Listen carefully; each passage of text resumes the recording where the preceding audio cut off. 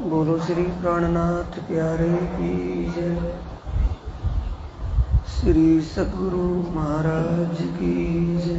देव के ही जीवन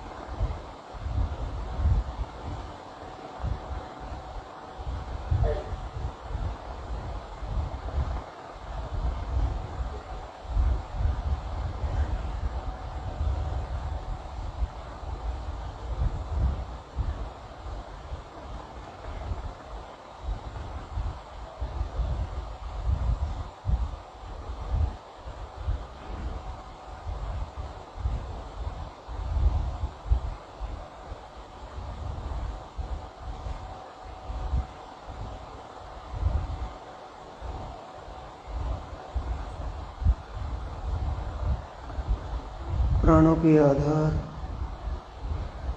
आत्म संबंधी प्यारे श्री सुंदर साथ जी, ग्रामवासी, धर्म प्रेमी साथियों, माताओं, बहनों, आपकी इस पावन नगरी में अनादि अक्षरातीत पारब्रह्म परमात्मा की असीम कृपा और प्यारे आदि सद्गुरु महाराज जी की प्रेरणा से कि हर वर्ष ब्रह्म ज्ञान चर्चा का आयोजन होता है, जिसमें ब्रह्मवाणी का पारायण और ब्रह्मवाणी गायन और ब्रह्मवाणी की चर्चा आपको सुनने को, वाणी का पाठ पठन करने को मिलती है। ये आपका नगरवासियों का सौभाग्य है, क्योंकि आपकी इस पावन नगरी में, इस पवित्र पावन स्थल पर ये उस आत्म जागृति के ज्ञान का उच्चारण होता है, जिस ज्ञान को सुनकर के जीव को अखंड मुक्ति मिलेगी, जीव के कर्म बंधन छूट जाएंगे। एक नहीं, पूरे ब्रह्मांड के सभी प्राणियों के जीवों को अखंड मुक्ति का रास्ता इसी से मिलेगा। इसलिए इस नगरी का सौभाग्य है, धन्य है नगरी, जिसमें ऐसा मुक्तिदाता ज्ञान का उच्चारण होता हो।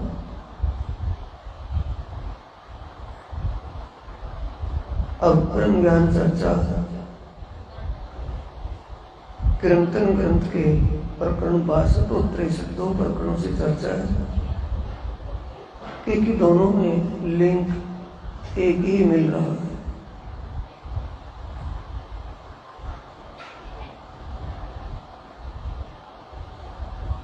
62वें प्रकरण में शुरू में ही दिव्य परमधाम की निर्मल आत्मा इंद्रावती महामती जी कह रही हैं, अपनी आत्मा की प्रीतम धाम धनी अक्षरातीत के प्रति भाव दिल में लेकर ऐसी विदाई करी कई सिर मेरे,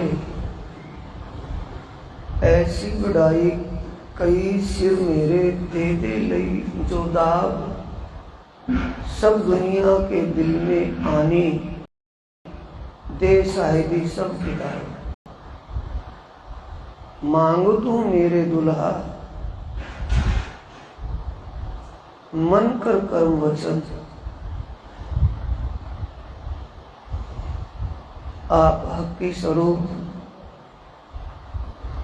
आखिरी जमाने के खाविंद स्वयं श्री मुखवाणी में कह रहे हैं,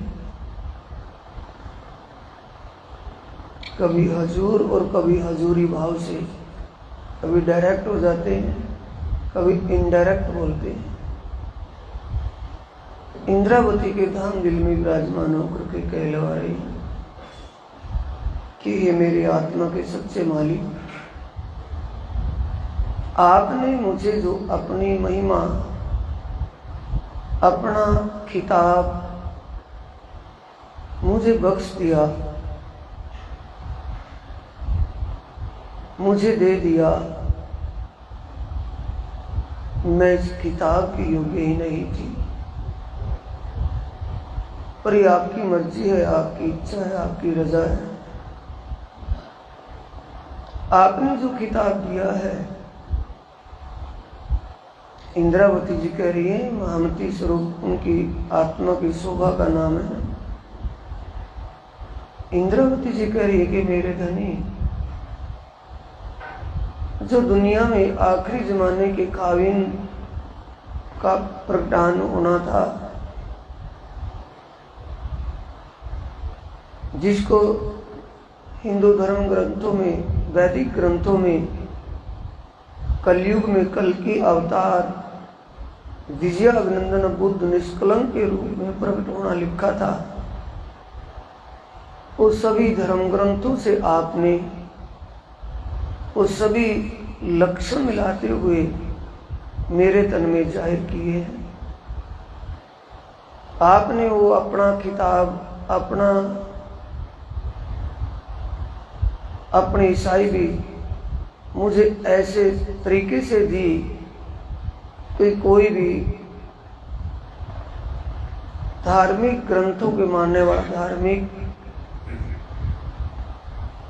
मेरे तन को नहीं, मेरे स्वरूप को पहचान कर स्वयं अक्षरातीत ही मान रहा है।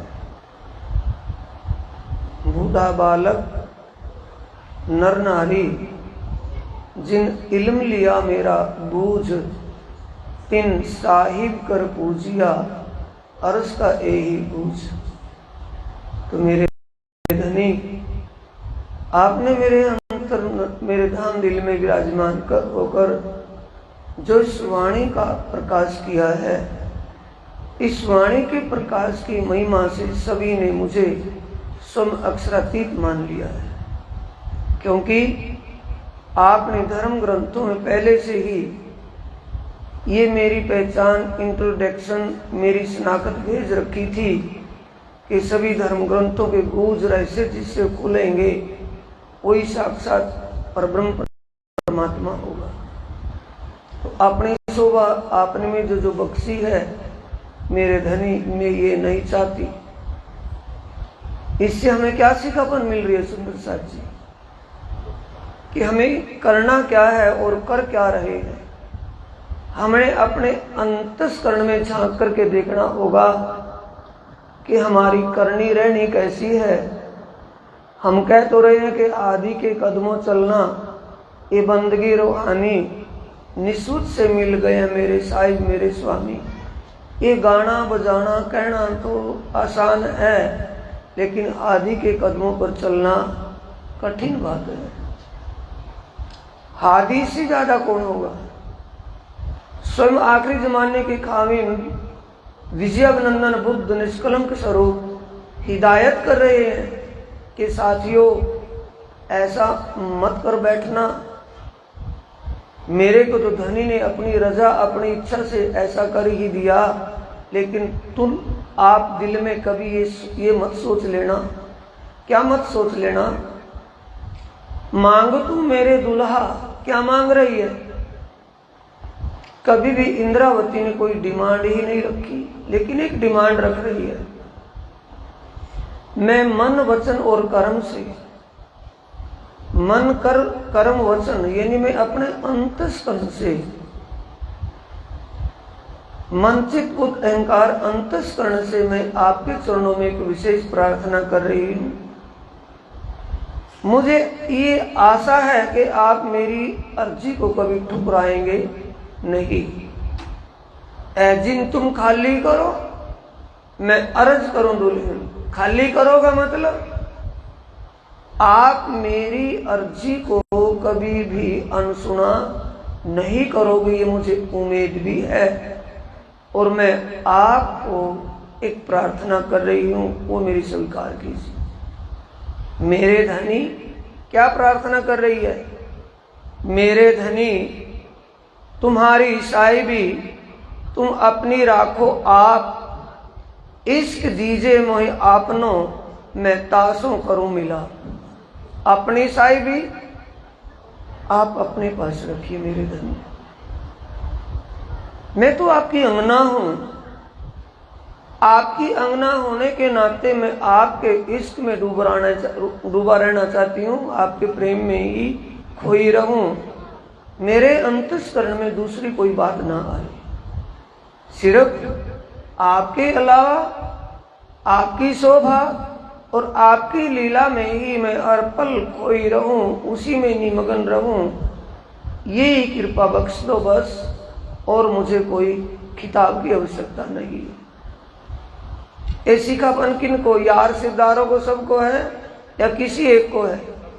यार हो या सिरदार हो, कोई महंत हो, गुरु हो, आचार्य उपदेशक कोई भी है, इसी का कानून के लिए कभी कोई भी बुजुर्गी दिल में मत ले बैठना।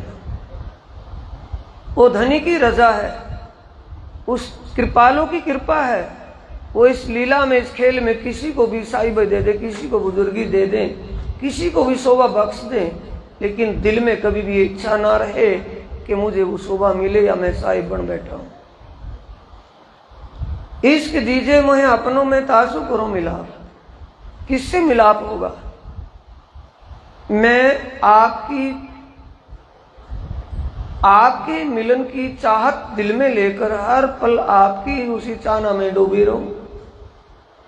आप मेरे मासूक हो, मैं आपकी आशिक हूं, सिर्फ आपके इश्क में ही डूबी रहूं।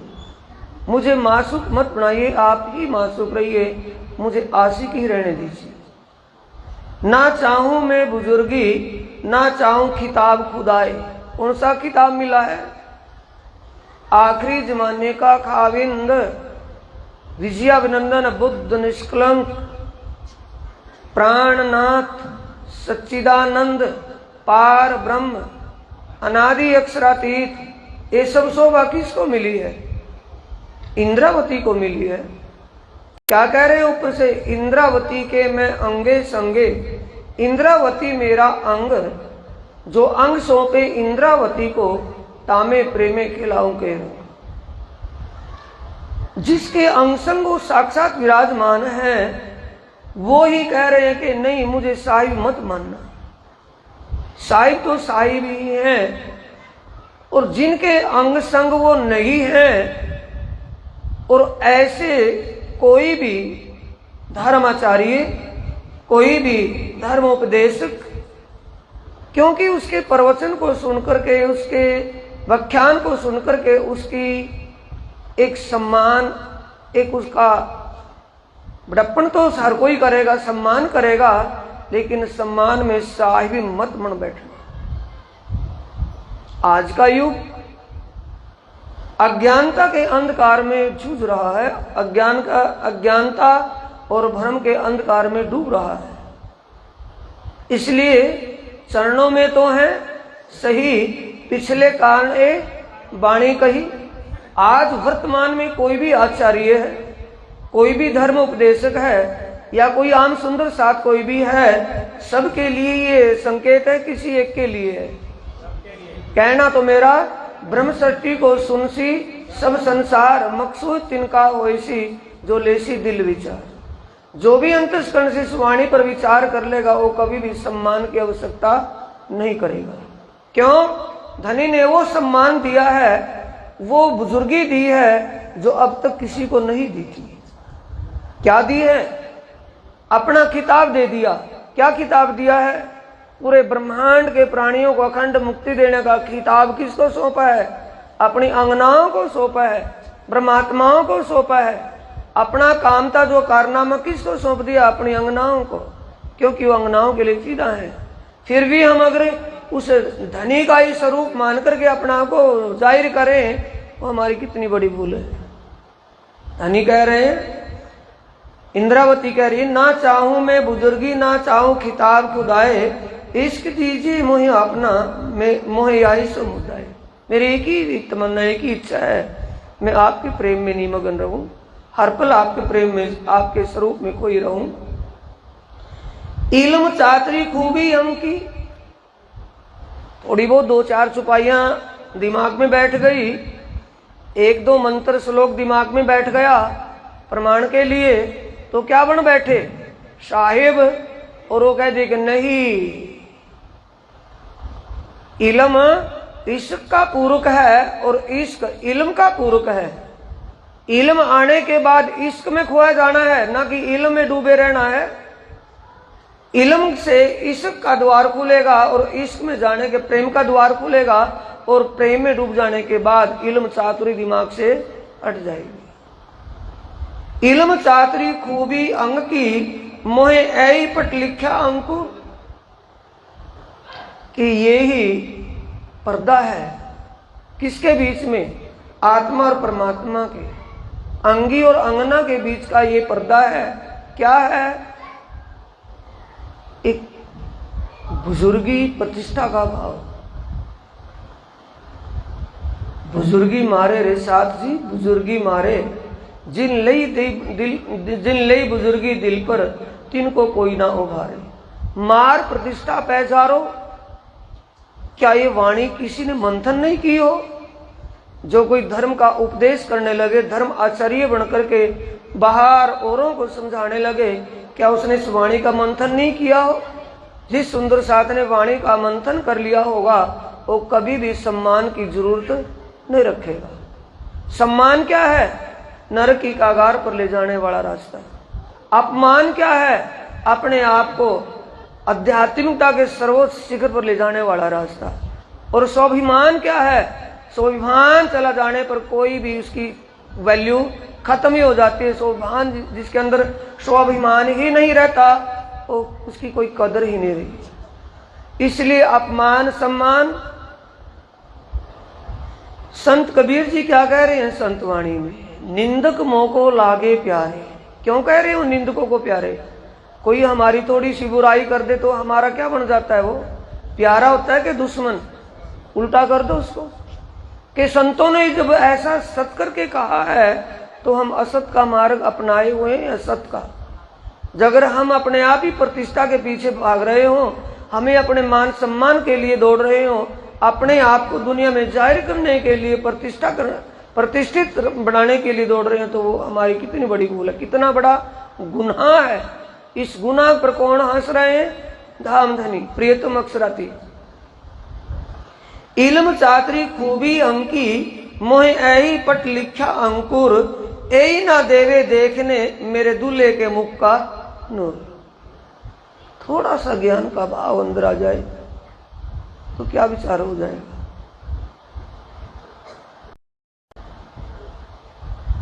भट्टाचार्य को ज्ञान का अहंकार हुआ था।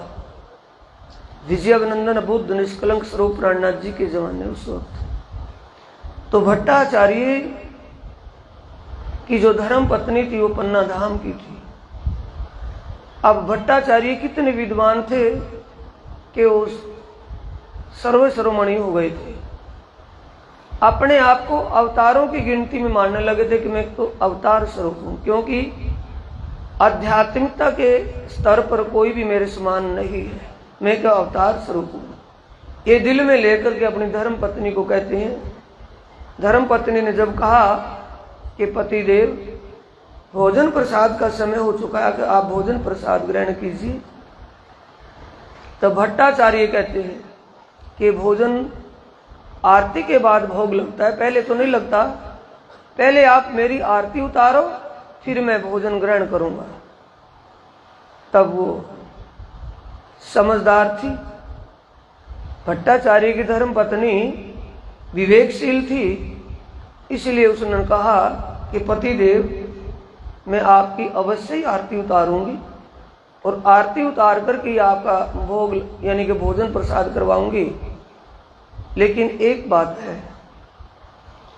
कि कलयुग में प्रकट होने वाले कल की अवतार विजयानंदन बुद्ध निष्कलंक हैं और पन्ना धाम में है। आप उनको अपने ज्ञान से पराजित कीजिए, जब आपके ज्ञान आपके प्रभाव से वो पराजित हो जाएंगे तो मेरे लिए आप ही सर्वस्वी होंगे और कोई नहीं होगा दुनिया में। तब भट्टाचार्य अपने ज्ञान के अहंकार में तुलकर अपने धर्म ग्रंथों को लेकर के शास्त्रार्थ के लिए आता है। और उस अंतर्यामी से क्या छुपा था? जिस अंतर्यामी से हम अपनी समीक्षा कर रहे हैं, जिस अक्षरातीत प्राणनाथ से हम अपनी समीक्षा तुलना कर रहे हैं, उनके अंदर कितनी विशेषता थी, क्या वो आज हमारे अंदर है?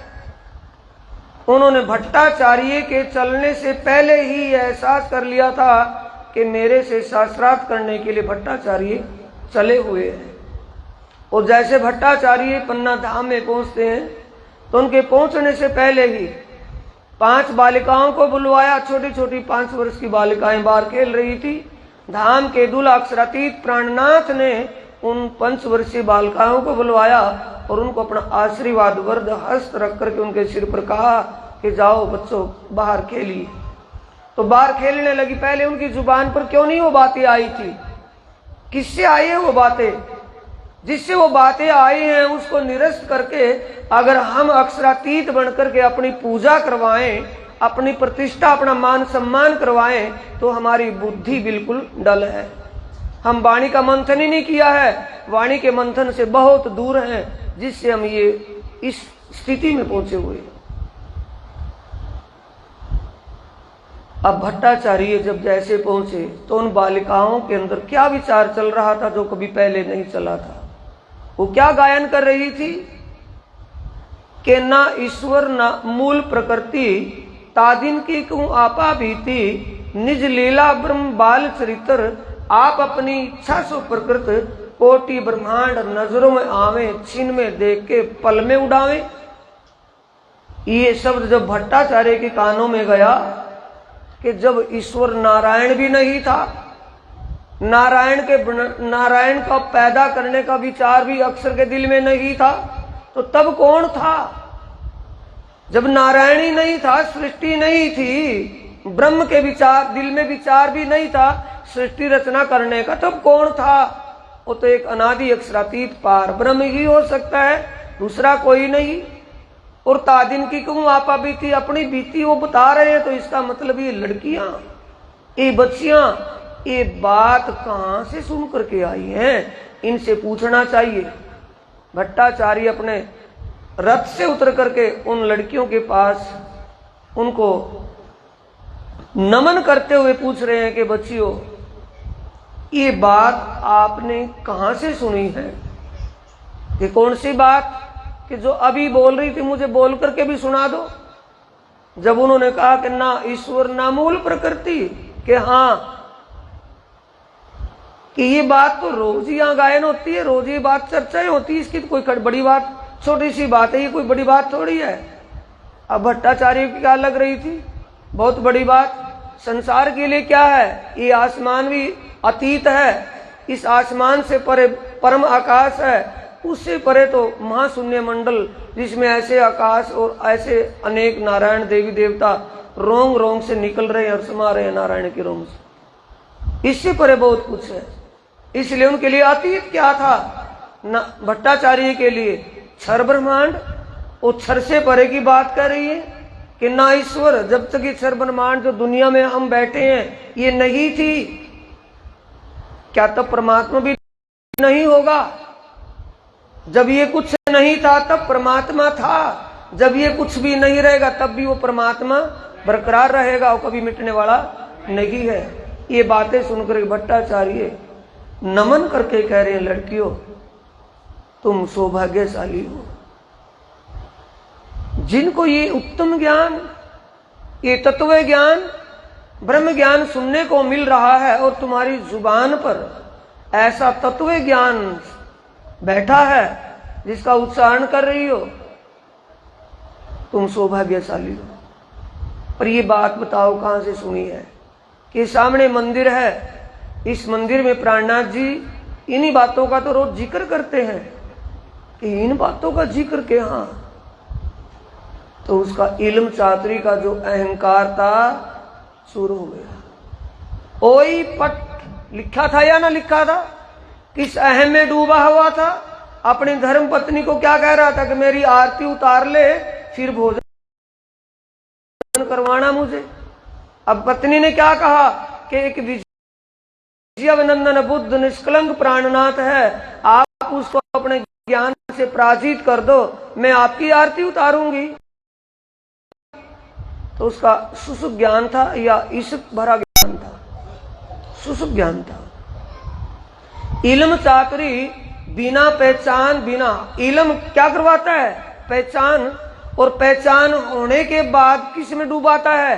प्रेम के सागर में। अगर इल्म से हम इश्क के सागर में नहीं डूबे तो इल्म भी वो निरर्थक ही है। जब इल्म से हम इश्क में डूब जाएं और इश्क में डूबने के बाद इल्म अपने हृदय में संभाले, सब चाहो सो सबदा चीनो, वो आप न देवे दिखाई, जिन पाया तीन माहे समाया राखत जोर, वो बक्कड़ आवाज नहीं होगी। फिर सत्य को पालने के बाद इल्म चातुरी समाप्त हो जाती है। बताने के लिए, अपने इश्क को जाहिर करने के लिए अलंकारिक संकेतों से बताया जा सकता है, सीधा तब भी नहीं बताया जा सकता। क्योंकि अगर प्रेमिका अपने प्रेमी और अपने प्रेम को जाहिर करेगी तो प्रेमिका ना होकर के वैश्य हो जाएगी। यही अंकुर सात कारने कर्त मिलाप अंतराय। ये सुंदर साथ जी, अगर हम इल्म चातुरी में ही खो गए तो धनी से दूरियां बढ़ती चली जाएंगी। इल्म ज्ञान से हम सत्य की पहचान कर सत्य के लिए समर्पित हो जाएं तो हमारा इल्म सकारात्मक हो गया। ना यही खूबी मेरे अंको देत नाही दर्द। कौन सी खूबी? इल्म चातुरी। अपने ऊपर कह करके हमें संकेत दे रही है कि इंद्रावत, जब उसको पता लग गया इल्म से ये गड़बड़ होता है और इल्म छोड़ करके इश्क मांग रही है, इश्क में डूबी हुई है, क्या कह रही है? अर्ज तुम्हारा मेरा दिल है, तुम आए करो आराम, रुच रुच के मैं सेज बिछाई, यही तुम्हारा विश्राम। ये मेरे धनी, आप मेरे हृदय में विराजमान हो जिए, मैं आपके इश्क में सराबोर हूँ, आप मेरे मासूक हो, मैं आपकी आशिक हूँ। आशिक मासूक का ठिकाना आशिक का दिल होता है, आप मेरे हृदय में विराजमान हो जाइए। यही खूबी मेरे अंको देत नाही दर्द, यही हंसी बुजुर्ग की, बहुत बड़ी हंसी है ये। यही हंसी बुजुर्ग की करत इश्क को रद्द। किसको? इल्म चातुरी की जो बुजुर्गी है, ज्ञान का जो अहम दिल में आ जाता है तो इश्क रद्द हो जाता है। क्योंकि किनारे कहाँ चले गए? इश्क के सागर के। किसके द्वारा गए हैं? इल्म के द्वारा। इल्म के द्वारा इश्क के सागर के किनारे पर चले गए। अगर इश्क के सागर में ना गोता लगे तो इल्म किस काम का रहेगा? तो इसलिए कह रहे हैं इल्म आत्म। यही हंसी बुजुर्ग की बहुत बड़ी हंसी सी बात पर होगी कि मैंने इल्म दिया था इश्क पाने के लिए। हक कहे मोहे तब पाओगे जब लोगे मेरा इश्क। पाना तो इश्क था और डूबना तो इश्क में था और डूब गए इल्म में। यही हंसी बुजुर्गी करत इश्क को रद्द, इल्म आत्म संग बुद्ध के ए जो आवत जुबाई। इल्म आत्म संग बुद्ध के ये जो आवत जुबाई, जो जुबान पर इल्म की यानी कि ज्ञान का विषय जो जुबान पर आ रहा है, ये सब धनी की देन है। और बुद्धि उसको कितना ग्रहण कर पा रही है? बुद्धि उसको हूबहू में समझ रही है या अपने लेवल मन बुद्धि के लेवल पर, मन बुद्धि के स्तर पर वो बात है। फिर सुरना देवे आत्म को ऐही पर्दा नाम खुदाई। यानी जुबान से ना कहकर पहले उसको अंतर आत्मा में विचारना है, अंतस्करण में उसको लेना है, जिससे हमें इसके सागर की, इसके सागर का साक्षात हो जाए, इसके सागर में हम तल्लीन हो जाए, डूब जाए, खो जाए। ना तो क्यों ना उड़े इन आत्मा विचार के ए वचन। इश्क जरे आत्म को इत हो जाए सब अगिन। इन ज्ञान के द्वारा, ये ब्रह्म ज्ञान से अपने धनी, अपने घर और अपनी आनंद प्रेम की लीलाओं का जब पता चल जाए तो उस आनंद की लीला में निमग्न होने की बात रहती है या जुबान से औरों को सुनाने की बात रहनी चाहिए। सुनना सुनाना तो गया रात में, अब आया रहने का दिन। अब तो उसको करने का समय आ चुका है, सुनने सुनाने का तो समय ही नहीं। क्योंकि सुनना सुनाना कब था? रात का मतलब है जब तक इस बात का स्पष्टीकरण नहीं हुआ था कि मैं कौन हूं। रात कब थी? बोलो, रात कब थी? सतगुरु देवचंद्र जी के समय जो सुंदर सा 313 मिले, तब तक उनके लिए रात ही थी, क्योंकि जागनी किसी की नहीं हुई थी। वाणी का प्रकाश ही नहीं हुआ था तो जागनी कैसे होती? ए बुजुर्गी साथ जी भया गले में, तो फंदा था ना, फांसी का फंदा। हे सुंदर साथ जी, जो बुजुर्गी का भाव दिल में आ जाता है तो ये समझ लो माया का फंदा गले में पड़ चुका है। जो हम गादी आसीन होकर के स्वयं अपने आप को प्राणनाथ के कैटेगरी उसी लेवल में जानने या मानने या मनवाने लगे तो दिन उल्टे आगे के सुलटे उल्टे आए। विनाश काले विपरीत बुद्धि। यही बुजुर्गी साजी भया गले में, तो फांसी को किसका फंदा है? माया का फंदा गले में आ पड़ा है। अब ब्रह्म दिखाई देना उल्लू ना चाहे उगा सुर, जिन अंधों का दुश्मन नूर, उन्हें उल्लू व चमगिद्दड़ जान, जिनको इस वाणी की नहीं पहचान। ये बुजुर्गी साजी भया गले में तोक, धनी को ना देवे देखने ऐ खूबी इन लोक। किस लोक की खूबी है?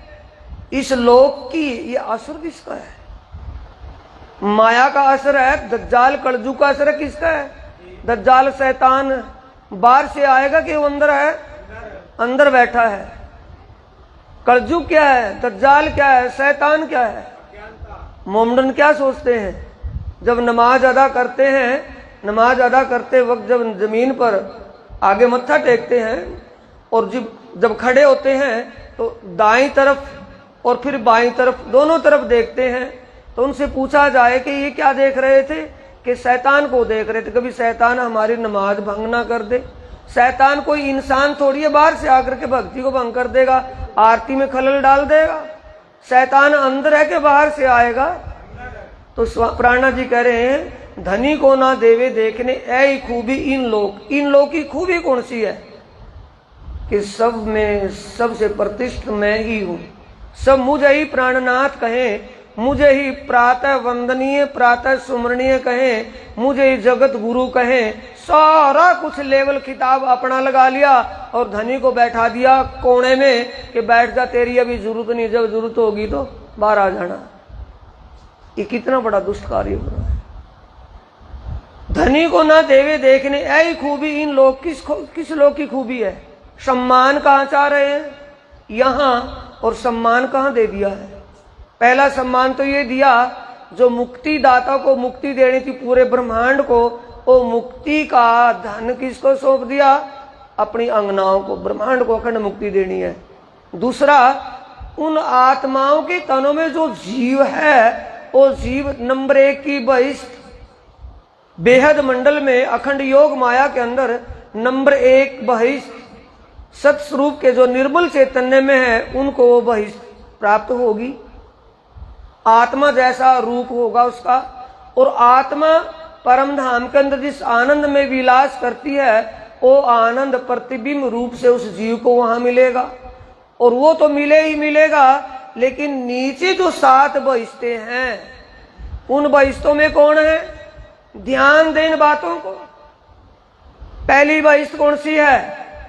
ब्रह्मात्माओं के जीवों की, या जिन जीवों ने अनादि अक्षरातीत पार ब्रह्म परमात्मा के स्वरूप धाम लीला को समझ पहचान कर और निस्वत की पहचान करके कि हमारे अंगी वो ही है और कोई नहीं है। तुम दुल्हा मैं दुल्हन और ना जानू बात इश्क सो सेवा करूं सब अंगो, जिनके अंदर ये भाव आ गया ओ जीव भी नंबर 1 बहिष्ठ को ही प्राप्त होगा। नंबर 2 बहिष्ठ कौन सी है? ईश्वरीय सृष्टि की। और तीसरी बहिष्ठ किसकी है? महमदी बहिष्ठ। क्यों? और चौथी और पांचवी बांके बिहारी बाल मुकुंद की कहूं आई वहां? बांके बिहारी और उन राज के उन जीवों की कौन सी बहिष्ठ है? चौथी और पांचवी किसकी है? ब्रिज की। ब्रिज में कौन है? बाल मुकुंद। रास में कौन है? अक्षरातीत है कि बांके बिहारी? बांके बिहारी, बांके बिहारी, बाल मुकुंद। और छठी बहिष्ठ किसकी है? नारायण की। नारायण और नीचे ऋषियों की और आम जीवों की। सारे के सारे नमन किसको करेंगे? उन ब्रह्मंगनाओं को, कि यही धाम धनी की अंगनाएं हैं और जिसका हम समीक्षा कर रहे हैं, जिससे हो विजयाभिनंदन बुद्ध निष्कलंक स्वरूप प्राणना, उनका वो जीव, राजा मरु का वो जीव उस तन में बैठा है। वो तन कहां बैठेगा? नंबर 1 बहिष्ठ में जो सत्य स्वरूप ब्रह्म है, सत्य स्वरूप ब्रह्म के स्थान पर। और स्वामिनी जो बैठी है वहां कौन बैठेगा? देवचंद्र जी का, देवापी राजा का जीव, जो श्यामा जी जिसके तन में रही है, वो वहां बैठेगा। वो किस रूप में होगा? युगल स्वरूप में। नीचे कौन होंगे वो जीव? ब्रह्मंगनाओं के रूप में। सब कोई बांके बिहारी, बाल मुकुंद, लड्डू गोपाल का तो नाम निशान है ही नहीं कहीं पर, पता नहीं कहां से उठा लिया। बांके बिहारी, बाल मुकुंद, नारायण, ब्रह्मा विष्णु महेश, सब किसको नमन करेंगे? इतना बड़ा खिताब किसको दिया है? नकल की नकल को, अक्ष के अक्ष को, जीव को। जिस तन में आत्मा बैठी है उस जीव को इतना बड़ा खिताब मिला। और आत्मा तो खिताब से पहले भरपूर है, क्योंकि वो धनी की दिल स्वरूपा है। इससे ज्यादा और खिताब जो लेने के चक्कर में है तो समझो परमधाम की आत्मा ही नहीं है।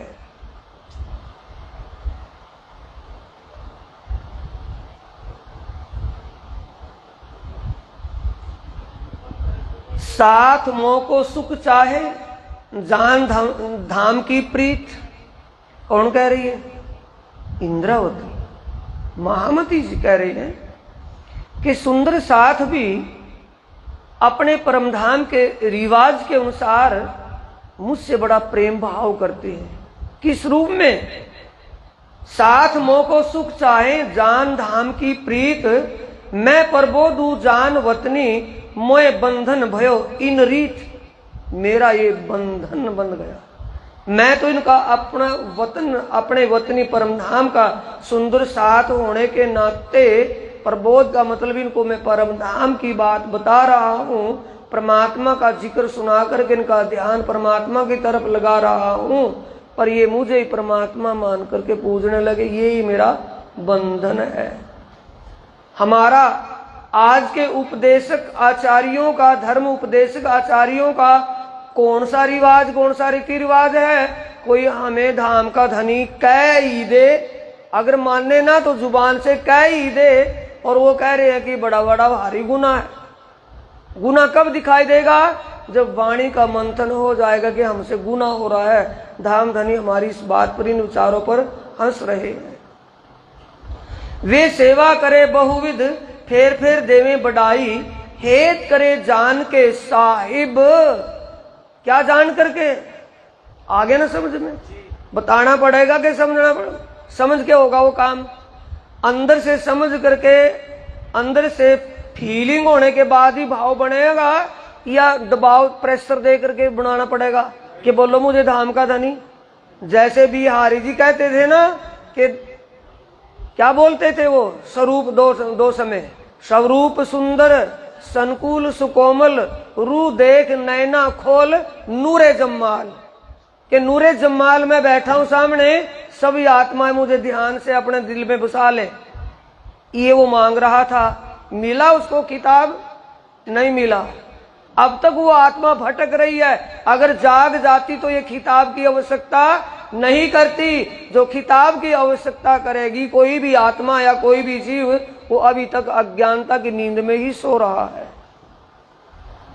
हेत करे जान के साहिब, मोहे ऐही होत अंतराई। यही अंतराई है। यानी धनी और मेरे बीच दीवार कौन सी खड़ी कर रहा है सुंदर साथ, कि मुझे धाम का धनी मान करके जो मेरा सेवा भाव करता है, अगर उसको वो अपने आप में ना लेके मुझे धाम का धनी मान रहे हैं, क्या भाव लेना है? मेहर सिंहासन बैठक और मेहर चंवर सिर छत्र, सोबत सेना मेहर की दिल चाहे मेहर बाजंतर। ये जो सेवा सम्मान जो सुंदर साथ कर रहा है, ये धनी की कृपा को ही कर रहा है। मेरे ऊपर धनी की कृपा हुई, उन्होंने मेरे इस शोभा के लायक बनाया, तो ये शोभा उन्होंने दी, उनकी शोभा और उनकी कृपा को ये सब कुछ हो रहा है, मेरे तन को नहीं। तो गुना से बच गया।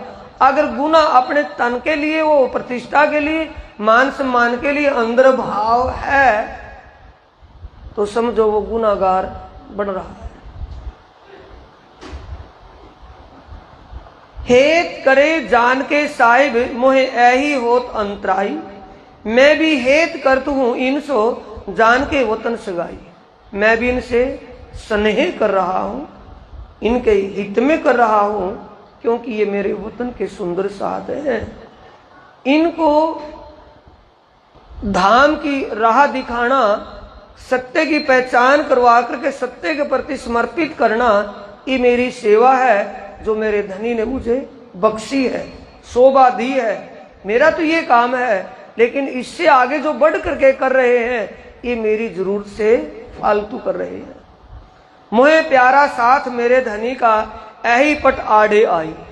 मुझे तो प्यारा मेरे धनी का साथ, इनके प्यार में, अपने वतन का साथी होने के प्रेम स्नेह से इनको मैं सत्य मार्ग को बता रहा हूँ, सत्य मार्ग पर ले जा रहा हूँ। लेकिन ये मुझे ये सत्य स्वरूप जो मान रहे हैं मेरे अंदर, ये कब आएगा? जब अपने अंदर वो बड़प्पन प्रतिष्ठा का भाव आएगा, तो क्या हो जाएगा? गुनाह। तो अब विचारिए, वहां रिकॉर्डिंग विचारों की हो रही है कि क्रिया की? विचारों की रिकॉर्डिंग चली हुई है कि किसके अंदर क्या चल रहा है। जिन दयाए पर्दा उड़ाया, मैं फेर फेर मांगू सो मेहर। जिन दयाए, धनी की कृपा ने जो मेरे अंतःकरण का भ्रम और अज्ञान रूपी पर्दा दूर किया है, मैं धनी से बार बार यही कृपा मांग रही हूँ। मेरे धनी, मेरे हृदय पटल पर ये भ्रम और अज्ञान का पर्दा मत आने देना, इसी को दूर करके रखना। प्रतिष्ठा का भाव, मान सम्मान का भाव दिल में कब आता है? कब आता है सुंदर साथ जी? किसकी देन है? रजोगुण की देन है। जब रजोगुण की प्रवृत्ति, हमारी रजो प्रवृत्ति प्रबल होगी, किसके अधीन है? गुणों के अधीन है या नहीं है? 5 तत्वों के अंदर जब त्रिगुण का प्रवेश होता है, त्रिगुण का विस्तार होता है, तो क्या छा जाता है? अंधकार। 5 तत्व अंधकारमयी नहीं है। अंधकार कब छाता उनमें? जब त्रिगुण का प्रभाव आता है।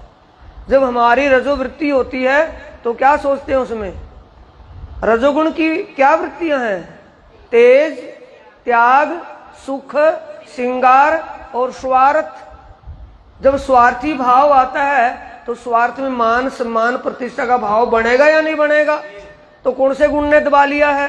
त्रिगुण के अधीन। ऊपर से अगर त्रिगुण फांस के फंद पड़े थे, सो फंदा कहाँ निर्वारी होया है?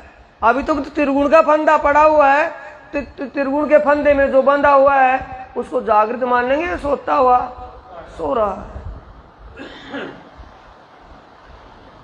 धनी की कृपा ने, जिस कृपा ने मेरे अज्ञान और भ्रम रूपी पर्दे को दूर किया है, मैं बार बार प्रीतम से यही प्रार्थना करती हूँ, ये मेरे धनी आप कृपा बनाए रखना। कैसी कृपा बनाए रखना? अब वही बात मैं आपको बार बार जो कह रहा हूँ, वो बात आप वाणी को अवश्य मंथन करें। सुंदर साथ जी, जब तक वाणी का मंथन नहीं हो पाएगा, तब तक हम अज्ञान और भ्रम की नींद में सोते रहेंगे, जागनी नहीं होगी। हमारे अंदर भी वही बातें आएंगी। कौन सी? जो आज धर्म उपदेशक और आचार्यों के अंदर कल को आज हुए, कल को हम भी उसी लेवल पर आएंगे ना, तो हमारे अंदर भी कौन सा भाव रहेगा? मान सम्मान प्रतिष्ठा का। तो मान प्रतिष्ठा क्या कह रहे प्राणनाथ जी? मार प्रतिष्ठा पैजारो, पैजार कहते जुत्ती की ठोकर को, कि प्रतिष्ठा को अगर मान प्रतिष्ठा का भाव दिल में बने तो उसको ठुकरा दो, उसको स्वीकार मत करो, अंगीकार मत करो। और हम उसी को अंगीकार कर रहे हैं, उल्टा कर रहे हैं। जिन दयाए पर्दा उड़ाया, ए धनी आपकी जिस कृपा ने मेरे अंतस्करण का ये भ्रम रूपी अंधकार रूपी पर्दा दूर किया है, मैं फिर मांगू सो मैं आपकी वही कृपा को मांग रही हूँ। इश्क दीजिए मोहे अपना, जासो लगे बुजुर्ग की जहर। आ गया इलम मिला था कहाँ पहुंचाने के लिए? इश्क के सागर तक। अब इश्क का सागर सामने आ गया, किनारे पर खड़े हैं, इश्क के सागर के समुद्र के किनारे खड़े हैं। अब समुद्र तक तो पहुंच गए, समुद्र का आनंद लेना है कि देख करके वापिस लौटना है? बोलिए। और इश्क के सागर का आनंद लेना है कि उसको देख करके वापिस लौट जाना है? इलम को क्यों लेकर के चले? इलम की पैड़ी क्यों चले हैं? कि इश्क मिल जाए, प्रीतम का मिलन हो जाए, वो आनंद का सागर मिल जाए। और आनंद के सागर के किनारे पर जाकर के फिर इलम में डूबे, उल्टा हो जाएगा कि सुल्टा? इसलिए कह रहे हैं इश्क दीजिए मोहे अपना, जासो लगे बुजुर्गी जाए। कब लगेगी? ये आता है सुंदर शादी करनी रहनी से कहते हैं, डंके की चोट पर करना, मैदान में करना है, किसी ये नहीं है कि कोई दबाव प्रेशर से करना है। करनी रहनी क्या दिखाएगी? रंग दिखाएगी कसौटी का। करनी रहनी इसकी जिसके ध्यान की स्थिति इश्क में डूब जाएगा। कैसे डूबेगा?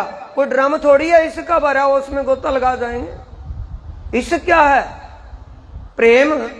प्रेम ही ब्रह्म है, ब्रह्म ही प्रेम है। प्रेम ब्रह्म दो एक, दो दुनी में नहीं। Love is God, God is love. जब परमात्मा के स्वरूप में परमात्मा की शोभा, परमात्मा की शोभा श्रृंगार, परमात्मा के दिव्य धाम की आनंद और इश्क की लीला में जब हम सराबोर हो जाएंगे, क्या हमें संसार का मान सम्मान का बोध रहेगा? क्या मान सम्मान का भाव बनेगा कि संसार में हमें प्रतिष्ठा मिले, हार गले में डले, आरतियां उतरे, चमर ढुलाए जाएं? ये विचार रहेंगे। जब उस इश्क में डूब जाएंगे, प्रीतम के आनंद में, आत्मीय आनंद का जब अनुभव हो जाएगा, संसार के ऐश्वर्य दिमाग से ही निकल जाएंगे, कोई जरूरत ही नहीं रहेगी। ये कब होगा? बुजुर्गी जहर के समान कब लगेगी? जब इश्क के आनंद में सरावर हो जाएंगे। जिस वक्त आत्मीय आनंद की अनुभूति हो जाएगी, संसार का ऐश्वर्य जहर के समान लगेगा। मान सम्मान की तो बात ही नहीं रहने की दिमाग में। मोहे सेवा प्यारी पीऊ की, साहिब हो बैठो तुम, ए मेरे प्रीतम आप ही साहिब हो। मैं तो आपकी सेवा में ही खुश हूं। आपने जो मुझे सेवा बख्शी है, मैं उस सेवा में ही आनंदमयी हूं। वो सेवा में सेवा समझ के सेवा कर रही हूं सुंदर साथ की, लेकिन साहिब तो आप ही हो। ये किसको शिखाबन मिल रही है? ये शोभा किसने दी है सेवा की? धामधनी ने। बैठे कहाँ हैं? इंद्रावती के में अंगे संगे। इंद्रावती मेरा अंग, मेरा हृदय स्वरूप है इंद्रावती। मैं हृदय में विराजमान हूं इंद्रावती के। ये जब वहां बैठे हैं तो पता है उनको, फिर भी क्या करे मेरे धनी, साहिब तो आप हो, मैं साहिब नहीं हूं। दुनिया तो मुझे साहिब कह रही है, लेकिन साहिब आप ही हो। तो ये साहिब आपकी पहचान कैसे होगी? बूढ़ा बालक नर नारी जिन इल्म लिया मेरा बूझ, जिसने इस वाणी का मंथन कर लिया होगा, वो क्या मानेगा? तुम स्वरूप, तुम में स्वरूप, तुम स्वरूप के, तभी तो समझेगा। क्या वो एक विजयानंदन बुद्ध निष्कल मर्द एक हुए कि चार कई सारे हुए हैं? मर्द एक ही है, पुरुष एक ही है, और सब अंगनाएं हैं। ये समझ करके फिर भी हमें पुरुष का खिताब चाहिए? धिक्कार ऐसी बुद्धि को, ऐसी सोच को। मोहे सेवा प्यारी पीऊ की, साहिब हो बैठो तुम, अति सुख पाऊं इनमें, करूं बंदगी खसम। ए प्रीतम, मैं आपकी इस कौन सी बंदगी में, कौन सी बंदगी में डूबना चाह रही है? इश्क बंदगी में। रूहानी और छिपी कई इश्क बंदगी, मैं आपके इश्क बंदगी में, आपके इश्क में डूबा रहना चाहती हूँ। हर पल आपकी शोभा, आपका स्वरूप, आपका श्रृंगार, आपकी लीला मेरे हृदय में ही बसी रहे। मैं आपको एक पल भी नहीं छोड़ पाती। बोझ अपनो निज वतन को सो अब सब मेरे सिर दियो। वतन का बोझ क्यों दिया ना? मुक्ति दाता ही इस ब्रह्मांड को अखंड मुक्ति देगा। वो सारा बोझ किसको दिया है? इंद्रावती के में ये कह करके सारा बोझ दे दिया, कुछ और कर दिया है कि मैं स्वयं बैठा हूं, तो साहिब क्यों नहीं मानेंगे? जिन्होंने इस वाणी को जान लिया, मंथन कर लिया, और ये चौपाई जिसने पढ़ ली कि बूढ़ा बालक नर नारी जिन इल्म लिया मेरा बूझ, तिन साहिब कर पूजिया अरस का यही। अरस का बूझ क्या है? अपनी और अपने खस्म की पहचान। वो ही भूल बैठे थे, उसी को समृद्ध करा रहे हैं। नाम सिंगार शोभा सारी मैं भेक तुम्हारो लियो। नाम सिंगार, नाम कौन है? प्राण नाथ श्री जी। श्री जी का मतलब अभी तो बताया था, इतनी देर में भूल गए। बूढ़ा बालक नर नारी जिन इल्म लिया मेरा बूझ, तिन साहिब कर पूजिया अरस का यही। जिसको वाणी समझ में आ जाएगा वो अपना साहिब माने, खस्म मानेगा उसको, कि एक अपना गुरु भाई, अपने एक गुरु मानेगा उसको, आचार्य मानेगा। धर्म उपदेश कहेगा उसको, क्या कहेगा? खस्म कहेगा। क्योंकि इल्म पहचान करवाता है, बिना पहचान के कुछ होने वाला नहीं। महामत के जो होवे धाम की, पहचान को लीजो लाहा, ले सको सो लीजियो, फिर ऐसा न आवे समय। क्या इस वाणी का मंथन नहीं करते धर्म उपदेशक? जो धर्म का उपदेश कर रहे हैं, धर्म आचार्य बनकर के प्रतिष्ठा सम्मान के लिए मरे पड़े हैं, क्या उनको वाणी का पता नहीं है कि क्या हो रहा है हमसे? उल्टा हो रहा है कि सुलटा हो रहा है? हम आशिक नाम धराए के मासू करे हम तुम, ए प्रियतम। खेल में आप ही आशिक हो, पर हम आशिक आपके हैं। क्योंकि धाम में आप को हम अपने इश्क से रिझाती हैं, आप हमें इश्क प्रदान करते हो। खेल में आप आशिक बने हुए हो, हमें मासूक बनाया हुआ है। कैसे? अपने दिल का गुज आशिक किसके सामने कहेगा? मासूक आशिक के सामने कहेगा या आशिक मासूक के सामने कहेगा? प्रेमी प्रियतमा के सामने कहेगा या प्रीतमा प्रेमी के सामने कहेगी? आशिक अपने सारे दिल का भेद किसके सामने कहेगा? मासूक के सामने। अपने दिल का गूंज किस में कहा है? इस वाणी में। किन को कहा है? आत्माओं को। सारा भेद अपना दिल का राज खोल रहे हैं। नाम सिंगार शोभा सारी मैं भेद तुम्हारो लियो। कौन सा भेष लिया है अब यहां आकर के? क्या आदि का भेष हमने ले लिया? आदि कौन, किसको कह रही है? नाम सिंगार शोभा सारी मैं भेक तुम्हारो लियो। नीचे आइए चौपाई।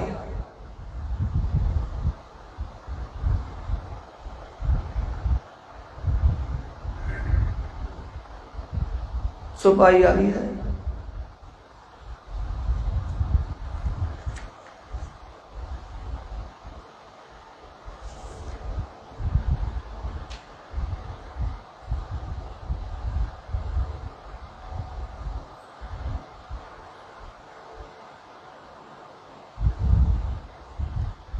प्रकरण 94 में आती है।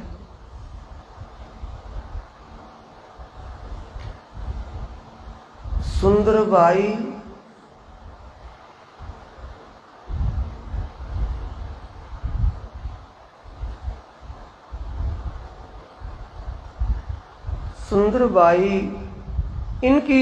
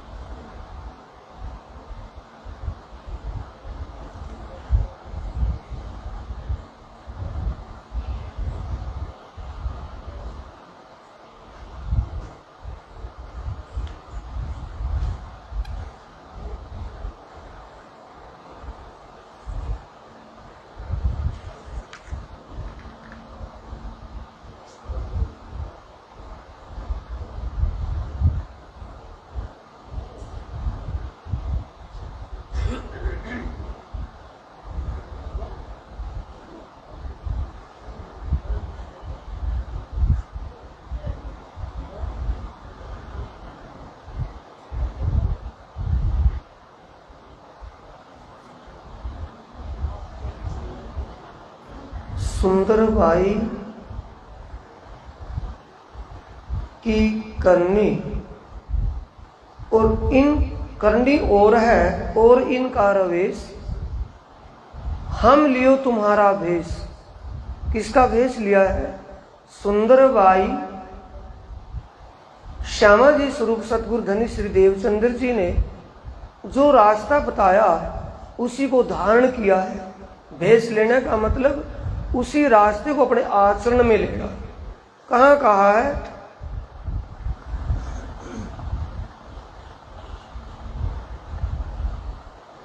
नाम सिंगार शोभा सारी में भेद तुम्हारो लियो। किसका भेष लिया है?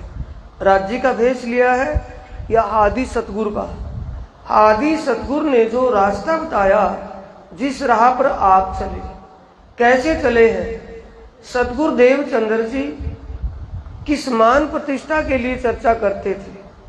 सुंदर साथ को, परमधाम से आई ब्रह्म आत्माओं को भरम भूल भटक से निकालते हुए सत्य की ओर ले जा रहे थे।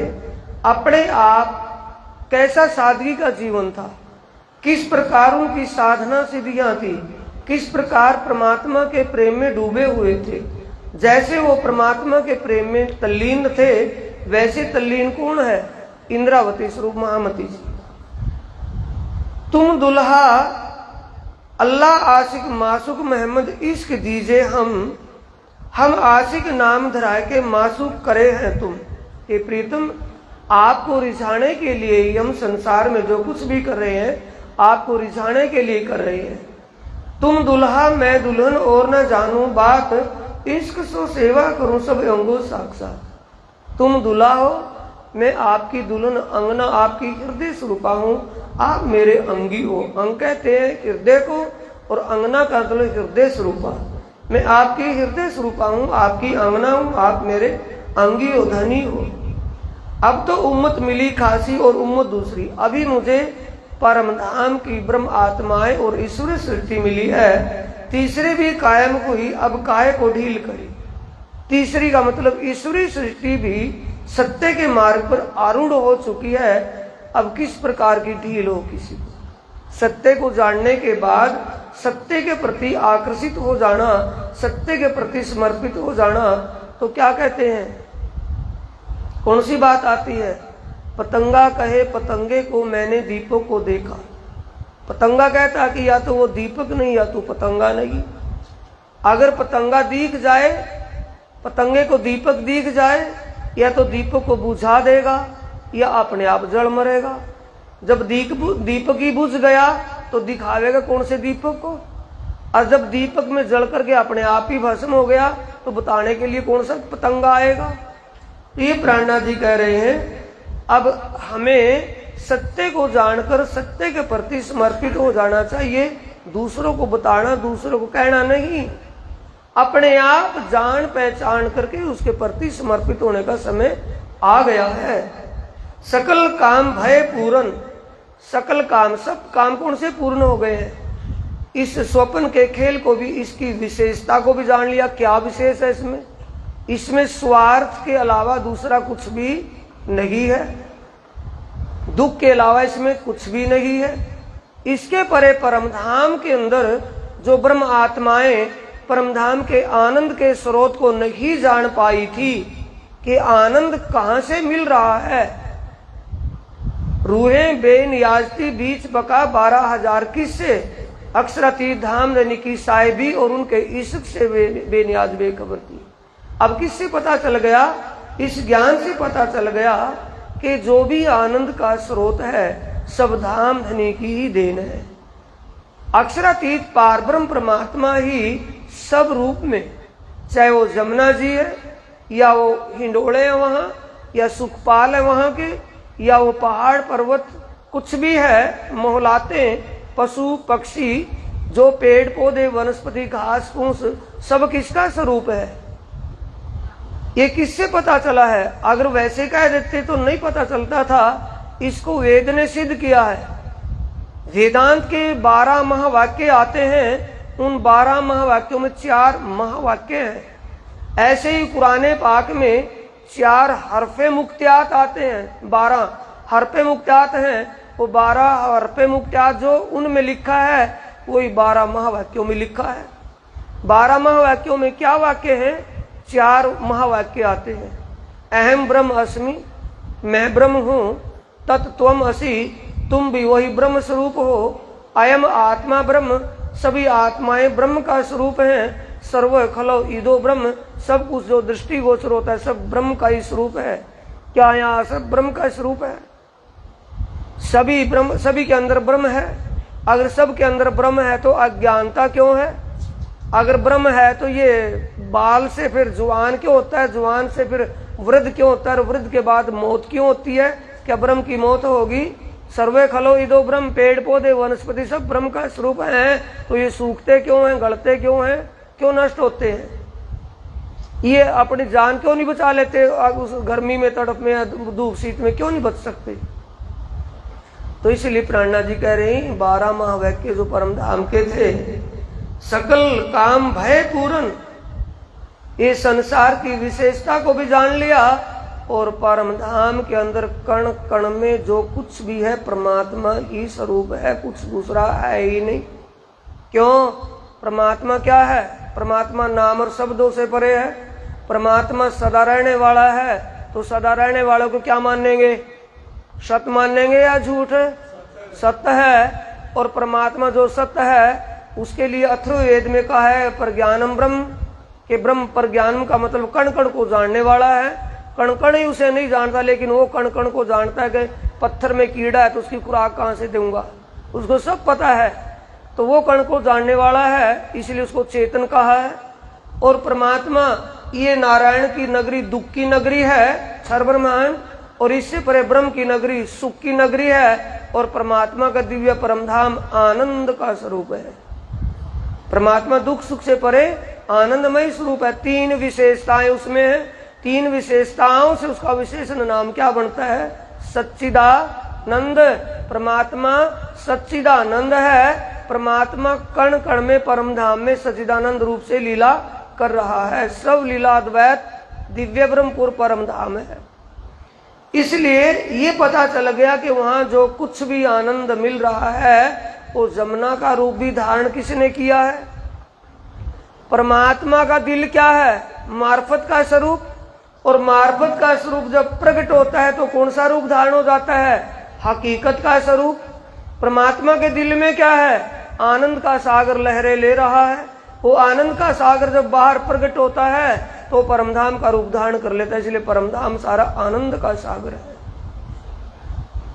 सकल काम भय पूर्ण, रही ना किसी की शक, कोई शक ही नहीं रही इस बात में। सकल काम का स्वप्न की विशेषता को जान लिया कि स्वार्थ और दुख है, दूसरा इसमें कुछ है ही नहीं। है ऐसा कि नहीं है? स्वार्थ और दुख है या कुछ और है? स्वार्थ और दुख। महमत चाहे पीऊ वतन, आए मिलू ले इश्क। ये प्रियतम महामती जी कह रहे हैं कि मैं आपका इश्क लेकर, हक कहे मोहे तब पाओगे। क्यों? वाणी का मंथन किया हो तो ये बुजुर्गी दिमाग में आवेगी नहीं, सुपने में भी नहीं आवेगी। अगर किसी के दिमाग में प्रतिष्ठा का भाव होगा, जोड़ करके उसको कहा ना भाई चक्कर में मत पड़, नरक में चला जाएगा।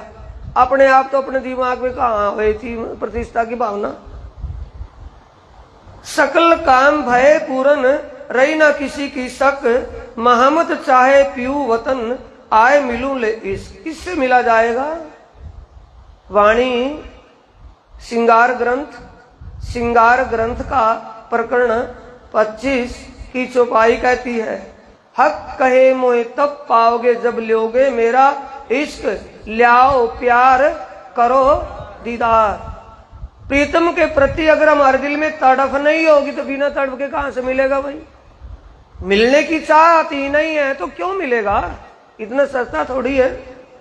मोहम्मद चाहे पीऊ वतन, आए मिलू ले इसके प्रीतम। मेरा मन ये चाहता, मेरे दिल में यही भावना है, मैं आपके इश्क में सराबोर हुई आपके चरणों में ही लीन रहूं। आए मिलू वतन का मतलब जब बैठे धाम दिल में है तो मिलना कहाँ रह गया? मैं आप प्रीतम को मिलने का उपाय क्या है? तरीका क्या है? इश्क और ईमान। ईमान, इश्क और समर्पण भाव जब तक नहीं बनेगा वो मिलने वाला नहीं है। अटूट विश्वास जब तक नहीं होगा, उसके प्रति अनन्य भाव दिल में जागृत नहीं होगा और उसके प्रति समर्पित का भाव नहीं होगा तो नहीं मिल पाएगा। प्रेम दर्द इश्क तुम्हारा, वो आ गया फिर, आपके मिलने की विरह तड़प मेरे दिल में बनी रहे और आपके प्रति इश्क बना रहे। मैं फेर मांगू, फेर यही मांग रही हूं। क्या? आपके प्रति विरह और इश्क बना रहे, आपके मिलने की तड़प मेरे दिल में जो की जो बनी रहे, बस मैं ये मांगती हूं। प्यारे मिलूं प्यारे पीयूषो, प्यारी महामत कहे बेर बेर। ये प्रियतम, मेरे प्रियतम धाम धनी, आपके इश्क के अलावा मुझे और कुछ न चाहिए। मान प्रतिष्ठा आपको ही शोभायमान है, आप ही इसको बनाए रखिए। मुझे तो अपना इश्क दीजिए, मेरे दिल में आपके प्रति अनन्य भाव जागृत रहे, मैं आपके चरणों में हर पल समर्पित रहूं, मेरा यही एक भाव है। तो साथी इससे सीखापन क्या मिल रही है कि हमारे दिल में बड़प्पन का भाव कहीं ना आए। कितना भी हमें समझ बन जाए, हम अपने आप को सबसे सर्वश्रेष्ठ कभी ना माने, क्योंकि वो धाम धनी किसी के भी हृदय में अपने कृपा का प्रकाश करके हमसे सर्वश्रेष्ठ से भी आगे सर्वश्रेष्ठ ना सकता है। हर जगह हमें अपने आप को एक अधूरता में ही देखना चाहिए। पूर्ण तो एक ही है, दूसरा कोई पूर्ण ना हुआ न कभी होगा। बोलो श्री प्राणनाथ प्यारे की जय, श्री सद्गुरु महाराज की। चौपाई दोहराएंगे। प्रेम दर्द इश्क तुम्हारा, मैं फेर फेर मांगू फेर, प्यारे मिलूं प्यारे पीयूषों, प्यारी महमत कहे बेर बेर, प्यारी महमत कहे बेर बेर, प्यारी महमत कहे बेर बेर। बोलो श्री प्राणनाथ प्यारे की, श्री सद्गुरु महाराज की। प्रणाम।